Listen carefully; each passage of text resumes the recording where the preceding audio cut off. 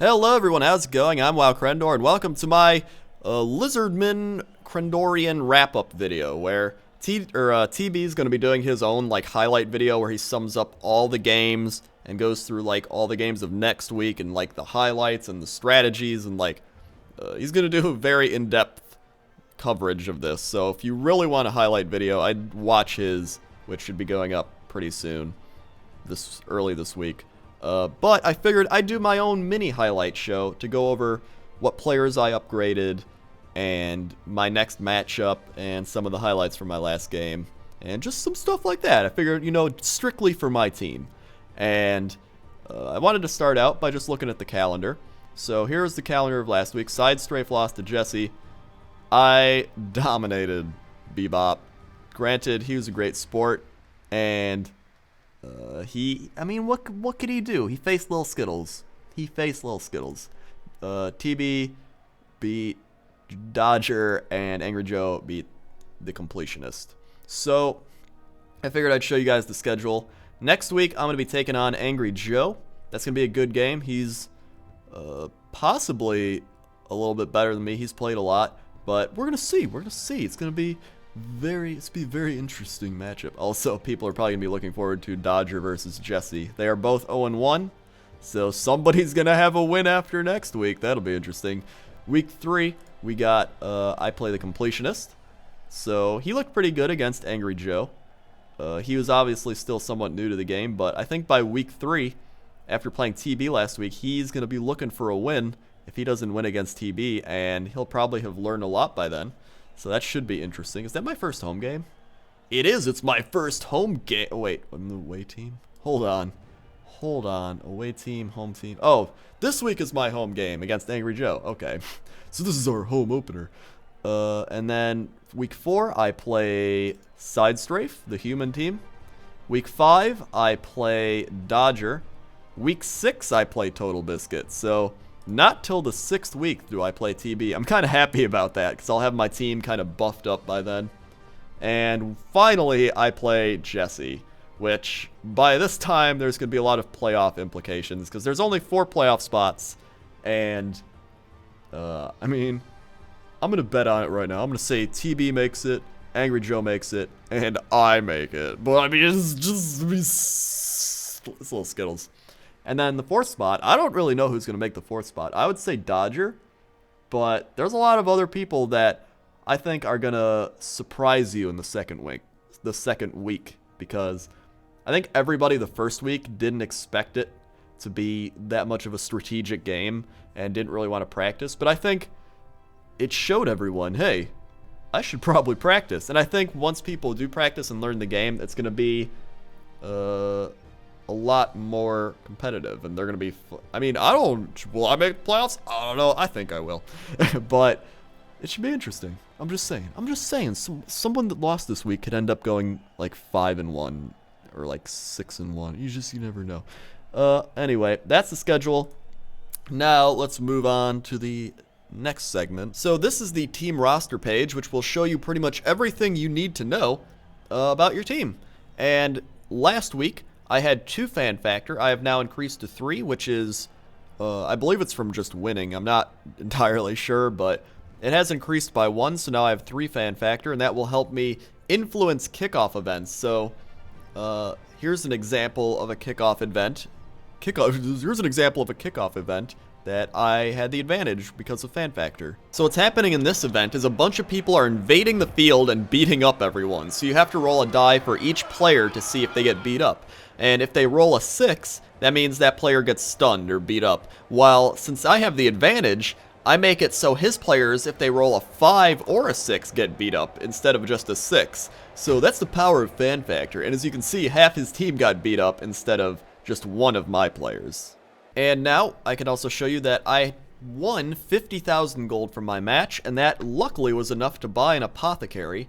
And what that does is it will attempt to heal 1 player per match. So it will enable you to reroll an injury result that you don't like. Hopefully you'll get a better result. So say they go for Little Skittles. Angry Joe, or anybody. I said Angry Joe because I'm playing him next week, but Little Skittles gets hurt and he's dead. They kill Little Skittles or they badly injure him. What I can do is save my apothecary for him and use it and then re-roll the injury roll, which determines like if he's dead or the injury, and I might just get a knockout. So all that happens is he's knocked out for the drive or the game instead of being dead. So that's going to be extremely helpful in keeping Lil Skittles alive. I didn't have that last week, so I was really scared, but now we at least got some backup for Lil Skittles. And speaking of him, I spent my points on him. He is now leveled up to level 2, and he has 9 star player points, which is how you level up. And let's take a look at Lil Skittles. As you can see, he's got 9 of 16, so he just needs 6 more points to go to level 3. That is really good for just 1 week. And that means when he gets to level 3, he needs 2 touchdowns. So 2 touchdowns this week, and he'll be level 3, and he gets to have another skill. Now, I forgot to record me actually taking the skill, but what happens is there's a little level up button here. You click it, it rolls 2 dice, and depending on what the dice roll is, it'll allow you to pick a skill. And what I picked is Sure Feet because I didn't get a very good roll, so it's like you can only take skills that relate to your player. So since he's like a very agile player and a ball carrier, I only got to take agility skills. But that's not a bad thing. I got Sure Feet. The player may re-roll the d6 if he is knocked down when trying to go for it. A player may only use the Sure Feet skill once per turn, which means when I go to those squares that have the little dice blocks on them, if I try to move to one of them and I roll a 1 and get knocked down, then I can re-roll because I have the Sure Feet, and maybe I'll roll a 4 that time and I don't get knocked down. That is extremely useful, and it's going to result in more touchdowns for Little Skittles when I have to be like, oh man, I gotta go for it. Am I gonna do this? I'll show you some examples right now. So in this case, I need a go for it roll to get a touchdown, and how it works is if you roll a 1, your player falls over and could get injured or die, but in this case, I rolled a 6 and I get a touchdown, and I believe I rolled a 2 in this go for it roll to get a touchdown, but having Sure Feet makes it so if I roll a 1, I can re-roll that and possibly not get a 1, so it's pretty cool. Some other things that happened on my team, Dirty Dave had an amazing game. He had an interception and a touchdown, so an interception gives him 2 points, and the touchdown gave him 3, so he has 5 points, so he just needs 1 more point to rank up. Lil Spiky won MVP because of a casualty. It kind of just picks a random MVP, and you want your Saurus to get MVP, actually. Granted, if Lil Skittles got it, I wouldn't complain. But you generally want your Saurus to get it since they're like the big guys, and so if these 2 guys get 1 more point in the next game, I can rank them up and get block. And when you get block on a Saurus, that's really good because you already outstrength the majority of your opponents, and then block just makes it so it's even harder to take you down and easier for me to take the other person down, so I'll just be able to roll over the opponent's front line and just release Lil Skittles, deploy him into the field, and just bash on the other team as Lil Skittles dominates. It couldn't have went better for my first game. I'm pretty excited about it. Lizard Ditka, he didn't get any points, but he played well. He had like 2 knockouts, and I think some other people did some stuff. RG4 thought he had a touchdown, but it got ruined. So we're going to see what happens next week. Now you can see I'm in 4th place. That just means I'm tied with 4 people. So me, Angry Joe, Total Biscuit, and Side Strafe all won. So we're all tied in 1st place. And there were no ties. You can tie, and if you tie, I believe it gives you 1 point. It's you win 3 points, you tie, it's 1 point, and then you lose, you get 0 points. So we all won, so that's pretty cool. And I think all of them also had level ups for their ball carrier, so it's kind of cool.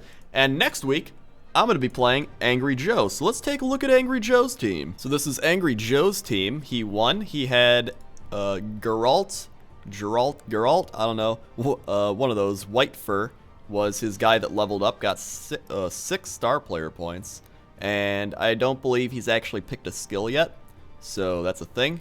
But he's Angry Joe's Hollywood Horrors, and he has a bunch of, I guess you would say, horror characters, such as werewolves, flesh golems, zombies, and flesh golems are literally just like big Frankenstein, so it's going to be interesting. His werewolves are the ball carriers, so I want to take them out. That's got to be my sorest goal. But the thing is, unlike my skinks, they have high armor, so they have 8 armor value, which makes it harder for them to get injured.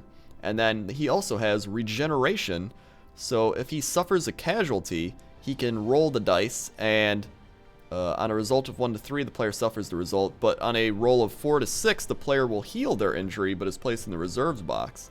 So that's really good for him because if like one of his players dies or something, he can do regeneration, and if he rolls a 4 through a 6, they aren't dead. So it's really hard to kill his team.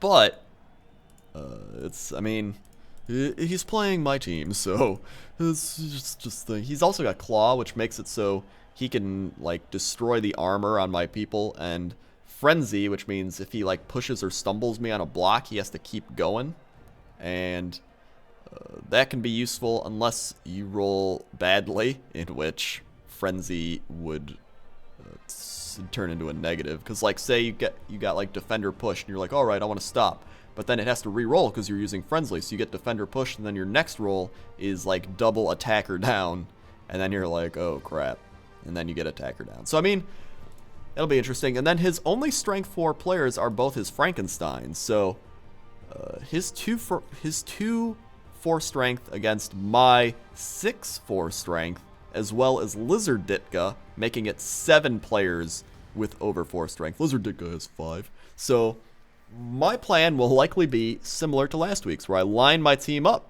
and I just bash on through and try to get to those werewolves and beat them up. Granted, he's probably going to be going for Lil Skittles and my skinks, so I need to keep them close to the lizard pack, and hope that he can't get around me. I'm also going to need some good kicks. We also got zombies, which are like his in-between people, and I'm not sure what whites are, but apparently they have good agility. Yeah, oh, they can only move 6, so I guess they're kind of like the average characters on his team. He's got one guy who's 5, that was his MVP probably. Then Too Late No Ears, his zombie has 2 points, probably from an injury caused or a casualty, and then his one Frankenstein has 2. So it's going to be interesting. Most of his players aren't skilled up as well. He's got, was that 1 guy with block? 2 guys with block. Oh, his whites have block, so it should be an interesting game. Should be a very interesting game. And I'm looking forward to it. I hope you're looking forward to it too. And should be fun. Okay? Okay. See ya.